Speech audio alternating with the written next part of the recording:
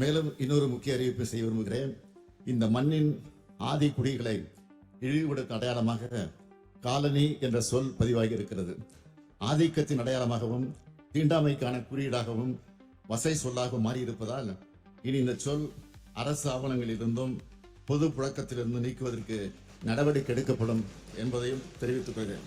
Colony என்ற சொல்லை அரசு ஆவணங்களிலிருந்து நீக்க தமிழ்நாடு அரசு நடவடிக்கை எடுக்க வேண்டும் என்று விடுதலை சிறுத்தைகள் கட்சியின் பொதுச் செயலாளரும் சட்டமன்ற உறுப்பினருமான சிந்தனை செல்வன் நேற்று சட்டப்பேரவையில் கோரிக்கை வைத்திருந்தார். இந்நிலையில் காவல்துறை மானிய கோரிக்கை மீதான விவாதத்திற்கு பதிலளித்து பேசிய முதலமைச்சர் மு க ஸ்டாலின், சிந்தனை செல்வன் கோரிக்கையின் அடிப்படையில் ஆதிக்குடிகளை இழிவுபடுத்தும் அடையாளமாக காலனி என்ற சொல் பதிவாகி இருக்கிறது என்றும், ஆதிக்கத்தின் அடையாளமாகவும் தீண்டாமையின் குறியீடு சொல்லாக மாறியிருப்பதாலும் காலனி என்ற சொல் அரசு ஆவணங்களில் இருந்தும் பொது புழக்கத்தில் இருந்தும் நீக்குவதற்கு நடவடிக்கை எடுக்கப்படும் என்று முதலமைச்சர் அறிவித்தார். இதனைத் தொடர்ந்து பேசிய விசிக உறுப்பினர் சிந்தனை செல்வன், முதல்வர் அறிவித்துள்ள இந்த நாள் வாழ்நாளில் பொன்னாள்.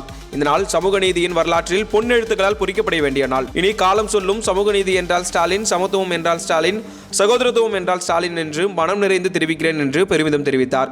இதையடுத்து பாஜக சட்டமன்ற உறுப்பினர் வானதி சீனிவாசன், காங்கிரஸ் மாநில தலைவர் செல்வ பெருந்தகை மற்றும் பாமக, சிபிஐ, தவாக உள்ளிட்ட கட்சியின் சட்டமன்ற உறுப்பினர்களும் இந்த அறிவிப்பை வரவேற்று பேசினார்கள். மேலும் தகவலுக்கு தொடர்ந்து இணைந்திருங்கள் ஹாக் நியூஸுடன்.